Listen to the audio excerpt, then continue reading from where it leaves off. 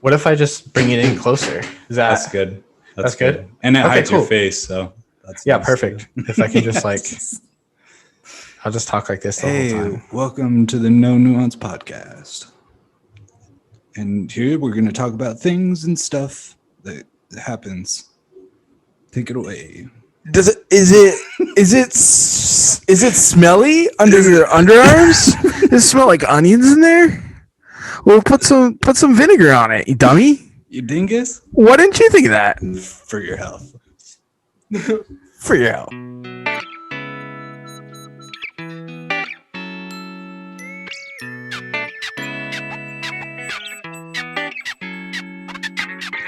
You ready for this? Yeah, let's do it. You want to count me in? Here we go. Yo, yo, yo, yo. Bonjour, and welcome to the No Nuance podcast. Hello all, and welcome to the No Nuance podcast, where we try to have compassionate conversations about contentious topics. I'm your host, Nick, and I'm joined by my lovely co-host, Matthew. And hello. We've been trying to get this first podcast out to you for about a month now, would you say, Matt? Yeah. Probably a little more than that, but yeah, it's been in the works, so we've been really excited and been working on it, but just been kind of working out the kinks. And then we just had the holidays, and I just got married, and Matt just had a son. Thank you. Biggest mistake in my life. No, just kidding. I'm just kidding. My wife's sitting right over there. This is awkward. But yeah, so just before we get started, just a little bit about the show. I had this idea. I've had this idea for a while now, but I've always been really fascinated in talking about religion, theology, and I think more recently politics.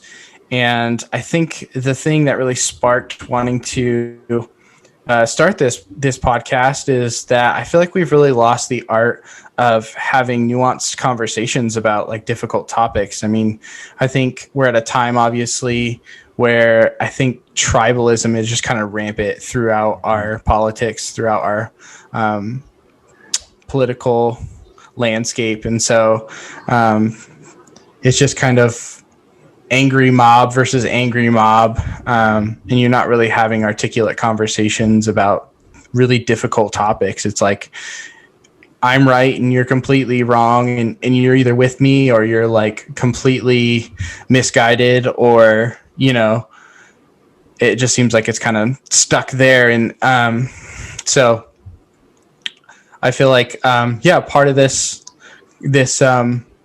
the idea behind this podcast is just to like bring people together to be able to have conversations about things that I think really deserve a lot more thought and a lot more articulation than just saying like either you support the president or you don't, or you support Black Lives Matter or you don't, or, you know, so. And the reason that I decided to do this podcast with you, Matt, is because I feel like we've always been able to have conversations about really difficult topics where we like really like sometimes really disagree, but we always end with like, I think, learning a little bit more about ourselves and learning a little bit more about each other, and ultimately just being like, wow, I do not agree, but like I love you and I respect you. So that's why I brought you in. And so I'm really excited to finally be doing this. Here we are, real life, real time. And I can't wait to get this out there. yeah, I just want to say we are just two idiots who just want to talk about it. So yeah, one of the things about the No Nuance is kind of like a play on words, is that like there's no nuance in two average white guys talking about theology and politics. yeah. And the hope is that, and the irony sort of in the name is that we might be able to find some nuance. We might be able to, iron sharpens iron, and we maybe we could get some nuanced ideas and conversations about really difficult things. Get to it, man. Okay. So what is it you wanted to talk about? So for our first conversation, I'd like to do something that I have called named the segment Dumb Politics. There'll also be another segment called Dumb Theology, and it's basically where we just pick a topic and we talk about it right off the top, because like I said, like I think you and I are really good at just riffing off of each other and ultimately having some fruitful conversations. And then the idea behind the dumb politics is that we'll come back later, having researched the topics and see if our opinions change and if we swap sides or we've kind of like cemented our opinions, or it'd just be fun to go back and see like, wow, I knew nothing and now I feel like I know everything. I know so much about this topic and I was so naive, or be like, I was actually right. And that's interesting. So I thought we would start off with probably the most pressing things going on right now, which is yesterday. For those who may not know, if you're watching this in the future or maybe in the past, because you were just like had such high hopes for 2021 and then they weren't what you thought. So you said like, okay, I'll go back to 2020. And so you went back in time. In hindsight, probably a mistake. But. Yeah. I mean, a mistake, but like, I don't blame you. Yeah, for sure. You got back into the, what is it? The, what's the car, first of all? The DeLorean? Mm-hmm. Bruh, you got to get back to the future knowledge on point. You get back into the DeLorean with the 221 gigawatts or whatever it is. That's probably not right. It's embarrassing, I know. I was born in 95, just shouting, just putting that out there. I have seen Back to the Future, but I don't remember all the lingo. Have you seen all of them? No, I don't think so. Just the main one. Is there how many is there? There's 3 of them. Oh, this is embarrassing. Yeah. Anyway, so we're gonna have to cut this part out. No, it's staying. So yeah, for those of you who don't know, today is January 7th. Yesterday, the Electoral College votes were finalized. They were voting on it in the Capitol, among Senate and the Congress and the Senate, and a bunch of pro-Trump people stormed the Capitol and actually breached the White House or the Capitol building. Anyways, they got inside, and so I guess my first thought is, I mean, I'm imagining that you probably feel similar with like, I don't think there's anybody that we know of really who is really like in support of what happened at the Capitol yesterday. Some people are less appalled than others. Yeah. So I'm imagining that, like, what are your thoughts on that? Was that pretty? Yeah, it was hard to watch. It's again, I haven't really developed like thoughts on this or anything. I told you I was going to think about it, but I didn't really think about it. Been busy. Yeah, I've been busy. So, yeah, I think it's pretty deplorable. Yeah. And it sucks that somebody got killed in it, right? Yeah. Well, actually 4 people died. Yeah, only one of them was like, I feel like a direct thing. It was like this woman, and I can't remember her name. It's kind of blown up now. Yeah. But she got shot by the Capitol Police. One thing that's actually interesting is like some news outlets have reported that she was just like peacefully protesting, and then I don't know if this hasn't been verified yet, but I saw a video of like she was actually kind of leading a brigade into the Capitol building, into an area where there was a lot of like Capitol Police and security, and they weren't supposed to be there. I mean, they weren't supposed to be in the Capitol in the first place, but they got to like a more heavily guarded area. And so when she like broke a window to get inside this particular area, she got shot. That's an interesting thing because some people have tried to paint her to be, because she was like a 4-time Air Force veteran. She served 4 terms in the Air Force. And so some people have kind of like, or some news outlets, I think Fox News, we were watching it last night and they tried to make it like she was just peacefully protesting and she got shot. And which I'm kind of like, I don't know, my initial reaction was, I don't know. I shouldn't go into that, but I was. There's part of me that's like, well, yeah. If you're there on January 6th, and even if you're peacefully protesting, I mean, you're kind of asking for trouble to some extent. If there's people, I don't know. Yeah. I feel like it's not peaceful if you're breaking into a building that you're not supposed to be in. No. Trespassing. Yeah. That's how it turns not peaceful. It's for sure. Yeah. I think those people, it's kind of like you reap what you sow in that situation. Yeah. If you're breaking into the Capitol building, if you're disrespecting and completely destroying, I mean, our nation's capital, then you kind of get what you bargained for there. But anyways, so that was a pretty heinous thing. I think we can all agree about that. Sure. But I think the logical next conclusion is, or the not logical next question is, like, are they justified to be upset? Do you think that there was voter fraud? Do you think that this election was stolen? Drops. Yeah. Gosh. I'm not really should have looked into these. Yeah, I mean, it doesn't really matter because I guess I'm just curious what your thoughts are, because I guess my whole, like, one of my things is, I think a big point of contention for us is that I think historically you were kind of pro-Trump. I don't know if that's fair to say that you were. Yeah, I mean, I voted for him in 2016. Yeah. But I guess I'm more apologetic about that now.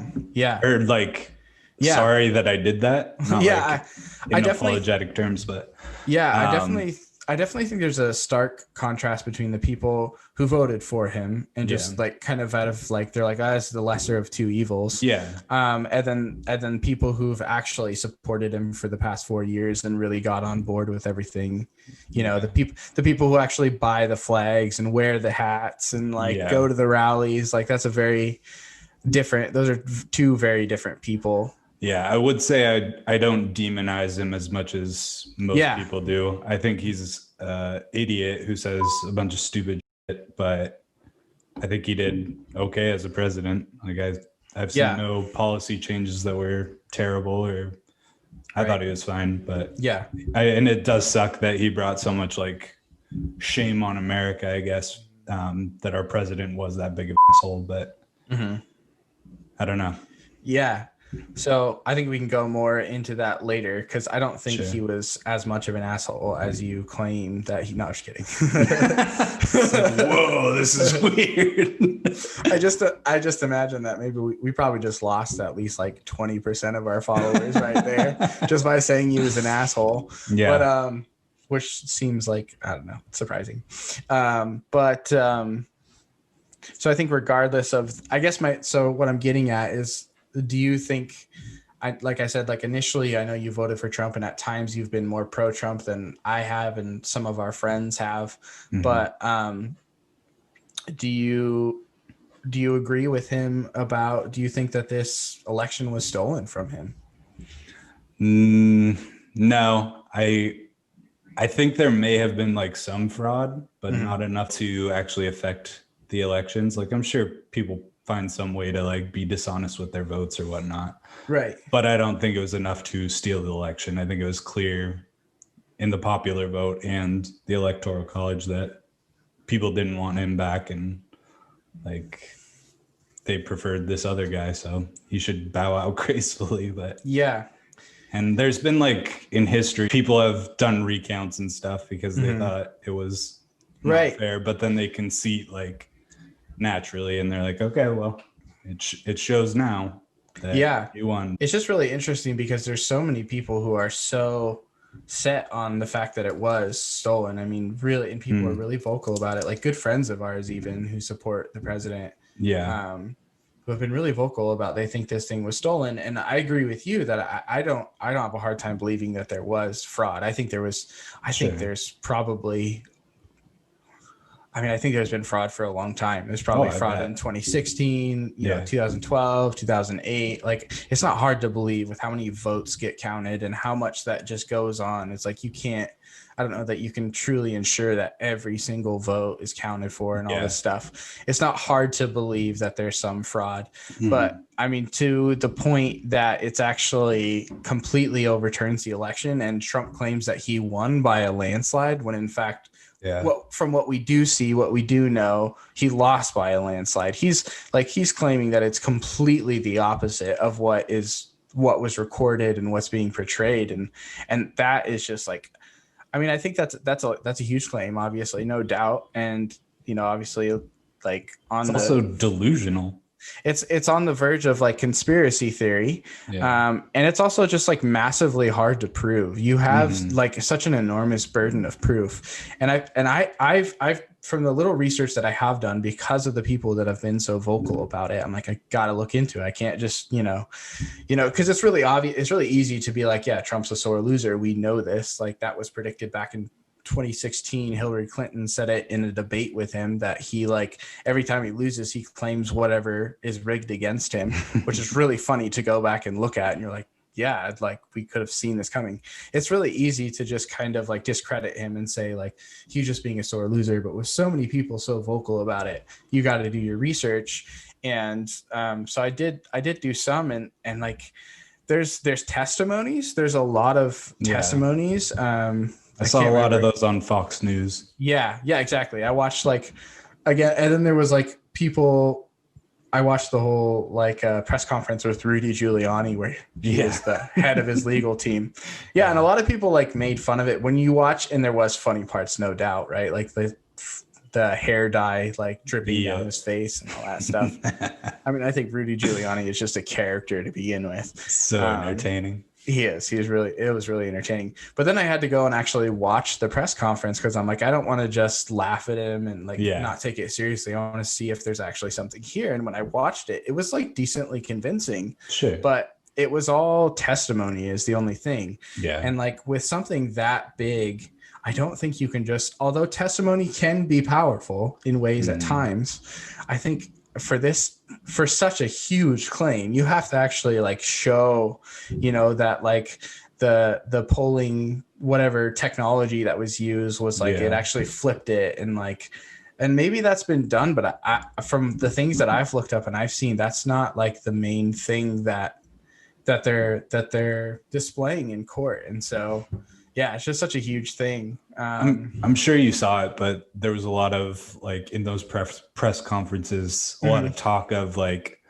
in some of the counting rooms, they weren't letting the Republican like witnesses see that. Do you know anything else about that or? No, and I think that again, that goes just like it's just kind of like he said versus she said. I don't know that I have heard about it. Yeah, and I, honestly, to be fair, I think this whole thing has illuminated, like, opened my eyes more to voter fraud. That it is a real thing. I don't really doubt that it probably is increasingly a problem that we need to be paying attention to because we are so divided as a country. Sure. And there's like no question that people would go to great lengths to do these terrible, to overturn an election or whatever. Again, I just think that the burden of proof falls on the people who are claiming that this election was actually won in a landslide by Trump. Yeah. I think that the overwhelming burden of proof lies on those people. But I definitely feel like there definitely seems like there was unfair treatment. It's like it's not hard to believe. No. And I think that something that we can do on both sides that we can all agree on is like, yeah, we need to do a better job. We need to find a system that works better or do something different about our elections where we can all like sit and say we feel confident about what happened, because I can't really. I don't really feel confident. Like, no, me neither. I guess I can't. It's like most conspiracy theories. It's like too far out there to really say for sure that it didn't happen. But with that, I don't think you can say that it definitively did happen, but you also just can't disavow it. And so that's why it kind of sits in that conspiracy theory realm where you can't really prove it, but you can't really disprove it. Yeah. And that's how I feel about the election. So that's kind of where I feel stuck, where I'm like, yeah, I can't say for sure that it wasn't rigged, but I would just need to see proof, overwhelming proof, And so, yeah, so I guess in light of that, it's I think that really changes the way that you look at the things that happened yesterday.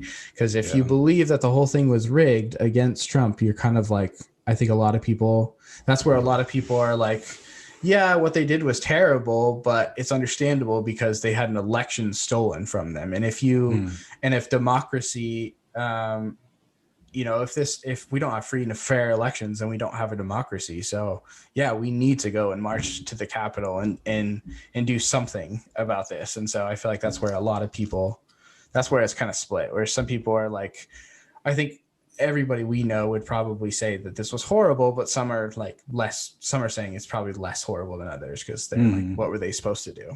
Yeah, sure. What do you think the people who actually went and protested were like overreacting or being babies or? Yeah.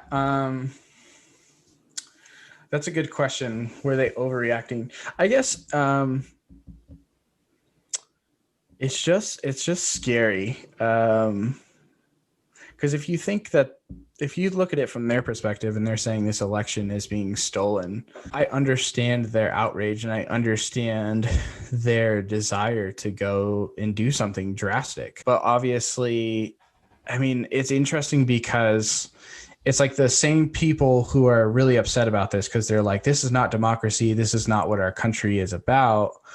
It seemingly is the same people who went in and destroyed things yesterday. And so that seems so backwards. It's like, if you're the group that really cares about the Declaration of Independence, if you care about democracy, if you care about, the Republic, just like if you care about this country and everything it stands for, why would you go to the Capitol building and debase it? And I think that's where a lot of people are now trying to claim that it was like Antifa dressed up as Trump supporters. And that's like a whole interesting thing. That seems kind of conspiracy-like, but a conspiratorial for sure. But the thing is that, like, my rebuttal to that is, and this is another thing that I think that we need to talk about, is the fact that Trump actually tweeted a couple of weeks ago and told his base to go and, like, I don't remember exactly what he said, but essentially to go to the Capitol on January 6th, because that was the day they were going to finalize the Electoral College votes. And so at that point, I'm like, you're just opening. I mean, he's been stoking this fire for a long time that this election is rigged. And so he's got his base, believing that, and they're fired up. And then he tells them to go to the Capitol building on the day that the Electoral College votes are being, like, finalized. And so I'm like, you're just kind of opening the door for trouble. Even if you try and say that those people weren't really Trump supporters, that they're Antifa, I'm like, Trump kind of opened the door for that when he fired up his base and then told them to go to the Capitol building. Like, I don't know. I don't think it's fair to imply his intentions of, like, starting and, like, getting people to break in. No, it sounds like, from just like what you just said, it sounds like he was just trying to get his supporters to go protest it. Yeah. He did, but yeah, I don't know if he knew that it was gonna turn out the way that it did. Yeah. And I guess it could be easy to believe that he would know that, but yeah. I think I don't know whether, it's hard to say exactly what he knows, or I guess exactly what his intentions are, but I feel like he must have known something was going to happen. And it's just so troubling when I feel like he just continually just seemed like he's saying that the election was was stolen from him, and he's saying all these awful things and like basically just continually attacking our democracy are the things that are put in place to uphold our democracy, and he's been doing it for the past 4 years. And so I feel like when you think of all of that in combination with the fact that he told them to go there on January 6th, it starts to look more like, okay, this guy's a problem for democracy. This guy's a problem for our country, because whether he literally told them to do what they did, I don't think that that's necessarily like, that's not nearly as problematic necessarily. I mean, that would be a problem, but I think it's just as bad that he's been just kind of stoking the fire for 4 years continually, and then, telling them to go to a specific place at a specific time. Yeah. And I just like, I find it hard to believe that he didn't know something was going to happen. And again, I feel like that he opened the doors for that. So sure. That's how I feel. That's how you feel. I guess I'm still like working through what I'm feeling about it.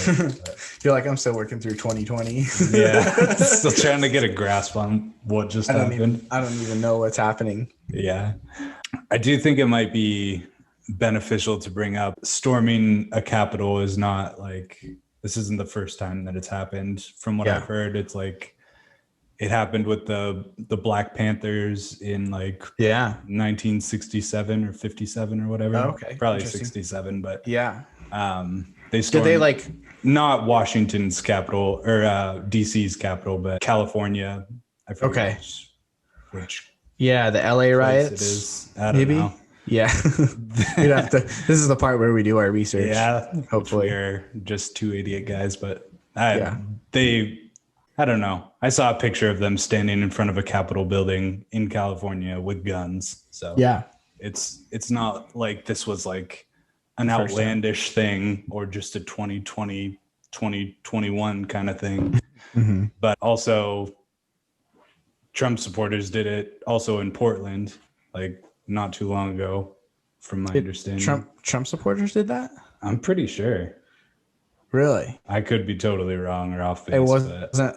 I feel like a lot of people, that's kind of one of the arguments is like, so there was a lot of protests going on as part of like Black Lives Matter over the summer, and it was in Portland, it was here in Seattle, and there was obviously a lot of destruction and stuff. Yeah. And there was what was the group called that was like that occupied Capitol Hill? Chop or Chaz, whichever you prefer. It was crazy. And so a lot of people are saying like, if you're mad about what happened at the Capitol building with the Trump supporters, then you also have to be mad when Chop or Chaz took over the police department in Capitol Hill and kicked people out and like closed off a whole city. Like if you're condemning one kind of anarchy, you need to condemn the other kind. Just anarchy in general, which I feel like then you'd have to condemn like the Black Lives Matter destruction that happened like all over the country. Yeah. And I think that was for a better cause, but that's how I feel. But I feel like that's kind of biased. Yeah, I think it is. It's still destruction of people's stuff. People died. Yeah, I do. I personally, that's part of my bias, and I feel like my wife has called me out on that, and that like I'm like less bothered by Black Lives Matter protests than I am by these protests, and I'm sure there's a lot of people that feel that way, obviously, but and I could totally see that. Like I don't think you're flat out wrong. I just think it is. I think it's terrible no matter how you cut it. Like I think it's destruction of property and people getting wild. Getting hurt, some people dying. And like I think regardless of it also just gets so messy, and it just because then you're like, who's actually, it's like the same thing that people are claiming now about like these weren't actually Trump supporters, these were Antifa people, and it's kind of the same thing with the Black Lives Matter protests, where it's like the whole movement gets kind of messy. It seems like you're kind of like, who's actually like doing something here, and who's just kind of like a side, like along for the ride. Like Yeah. what are people mad about? What are people, like it gets really messy and it's really confusing. And I think that's the problem with this form of trying to change things, is that like it gets messy and it can open the door for anarchy and stuff like that. So yeah, so it sounds like you are in a place where you don't really feel the need to condemn the president's actions. Is that true? It's a tricky one because it's hard to draw the direct correlation between his tweet and what happened, but I just feel like I think I would condemn them because he's being an asshole, and even if he's like, I just wish that he would like bow out gracefully. Yeah. I wish that this wasn't a problem. I wish that people would get along on both sides. Mm-hmm. I don't condone what he says or what he does. Yeah. So yeah, I find him deplorable. Yeah. I find his actions deplorable. Yeah. I thought he was a decent president, but character-wise, terrible. Which I think is so funny, but I think there's a lot of people that feel that way. They're like, I can't stand him personally. I can't even, like, there's so many people I know who like voted for him, but they're like, I can't listen to him talk for more than 5 minutes. And I'm like, that's so interesting to me. But I think it's just a part of that is, I think it's just a difference of, what's important to you. Like for me, a charismatic leader is very important. I think that they should also have integrity, and their actions should line up with what they say, with their words behind the scenes as well. But I can't get behind a guy who seems to have a hard time even stringing together a sentence that doesn't like use words like bigly. Hey, we all do it, man. Not that bigly often, Speaking's hard. Hard. Yeah, so I don't know. And then I guess I sense this growing like fear of if he stoked that fire. And I guess I just see like, if you saw him, he gave like a speech before the Georgia runoff elections that ultimately decided that the Senate would be the two Democrats won those 2 extra Senate seats from Georgia. He did like it was supposed to be a speech, but it was essentially just like a Trump rally in Georgia that night. And I feel like you could just tell that he's more angry. He's more vile than he has been in the past 4 years, and just attacking everything and everyone. And it really was like, my wife and I watched it on Fox News for a little bit, and it was just it was really hard to watch, honestly. And normally I find him hard to watch because I think he's an idiot. But this was like, he's an idiot and he's angry and he's getting all these people really fired up. And then to see like the next day, or maybe 2 days later, they attack the Capitol. Yeah. I think there is a growing security threat. There is there really is a concern about what will, or like maybe not even him, but if he's not like outwardly, demonstrably telling his base that they, do not resort to violence, do not do these things in my name, what's going to happen? And so I think at that point, I'm like, there's people who are drawing up articles of impeachment at this point. And it seems so crazy because we're like, I don't know, 14 days away from Biden being officially inaugurated. And so it's like, people are like, oh, just give him the last 14 days. But I think at this point, there's so much, there's just a lot of fear. And that's kind of where I sit now, where I'm like, I don't know what this guy could do in the next 2 weeks. That's very. And when someone's backed into a corner and they feel like they've had something stolen from them and they're angry and they refuse to admit that they've lost, and they have nuclear button on their desk and they have, they're the commander in chief, like it's pretty scary. That is scary. Yeah. And I'm pretty sure I heard that they just took away his Twitter and his Facebook, which is really stuff. actually pretty funny. Like He's in being comparison. punished. Yeah, he's been blocked, I think, 12 hours on Twitter and a day on Facebook, which is like really funny. But didn't they like just flat out ban him? I don't think they have yet, which is kind of interesting because they've like he's been blocked. I don't know if he's been blocked, but he's been flagged so many times on Twitter, and they just I like, bet. yeah, and almost every I don't know if you've seen, but every time he claims that the election was stolen, there's like a message from Twitter underneath his tweet that says like this claim is false. Like he'll be like, oh, we actually won the election in Georgia, but in a really inflammatory Trump fashion. Yeah. And then right underneath it'll say like Georgia has certified its election results with Joe Biden as the winner. Like underneath, it's like here's blatant bullshit right here, and then just below it you have real facts. Just in case you for some reason got sucked into that top line and actually believed it. Like, oh, let me bring you back down to reality right here. Here's what actually happened. And it's dude, that's got to be exhausting for Twitter. I know. Like, how much more work they've had to do because of Donald Trump with like blocking his account. Yeah. If anything, they should be thankful. He gave him job security. Yeah, that's true.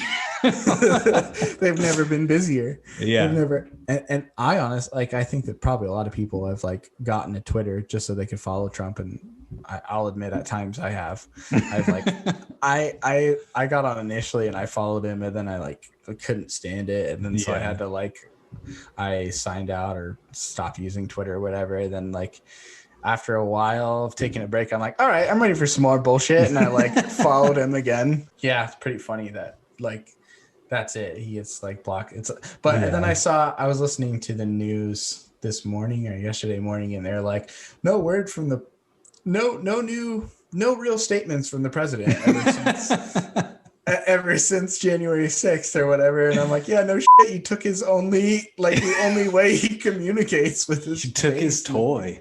Yeah. You took his cell phone. Yeah. You take his phone away. Mom and Dad took his phone. And sent him to the basement. And they're like, why isn't he talking to us? It's not fair. I find it so crazy that there's still people who will fight that hard for him. Will go to the Capitol, do something very illegal, break into the Capitol building. I mean, it's not just illegal. It's just it's disgraceful. Yeah. It's disgusting. It's vile. It's especially for people who are supposed to be the people of the Constitution, people who voted for Trump for those reasons, Yeah. And I don't think it's fair to broad brush all who voted for Trump as being it's true that way or being at those rallies or condoning them at all. Yeah. Just goes to show, I think that when you really believe in something, you do crazy things for it. Which is, oh man, that is scary. It is. And I think that, so pray for our nation. I don't know what to say. For sure. Yeah. So. I feel like it's a lost cause though. It's so in the toilet. It seems that way anyway. I don't know. I heard something on the radio today. Maybe you heard it too, because I know we listen to some of the same radio stations. Without naming names here. Christian music stations. We listen to Christian music. And we just lost the rest of our followers. That was it. That was the other 80% or whatever. Our 4 people that listen to this. Dave, this is about you, Dave. It's always about you, Dave. I think we need to end every show with that. But they were talking about some firefighters got a call to go put out a fire, and they show up. Oh yeah. And it was literally a dumpster, and they were and it was the last day of 2020, and they're New Year's Eve. they were this is literally this was meant to be. This whole year has been a dumpster fire. So part of me thinks that was staged. Me too. Publicity thing or something, but someone set a dumpster on fire, then called the fire department come put out a fire. It's funny, it's clever, and it is super funny. I didn't hear about that on Christian music station, but I saw it on somewhere. I can't remember where, but probably Reddit. That's the only social media crap I see. Yeah. Well, this is this is kind of funny because I feel like we've actually kind of agreed a lot today. Normally we're a little more heated and disagree. I think that, I don't know, man. I think we agree more than we think. Yeah, it's true. Or maybe we're just you're supposed to disagree with me. Maybe that's just what it's been the whole time. Maybe we never really had anything to talk about. We were just two guys that just really like each other. Is this friendship? I think this is this friendship? This has been a good first webisode, episode. Just a podcast. Just a podcast. My bad. So thank you all for tuning in. Again, this is the No Nuance podcast. If you enjoyed this at all, please like and subscribe to our videos. Maybe hit on that thing that gives you notifications. That'd be dope. And leave a comment or feel free to reach out on social media if you have any ideas about how we can make this show better, or if there's something you would like us to talk about specifically. So thanks for watching. We'll see you next time. And as always, thanks for watching, Dave.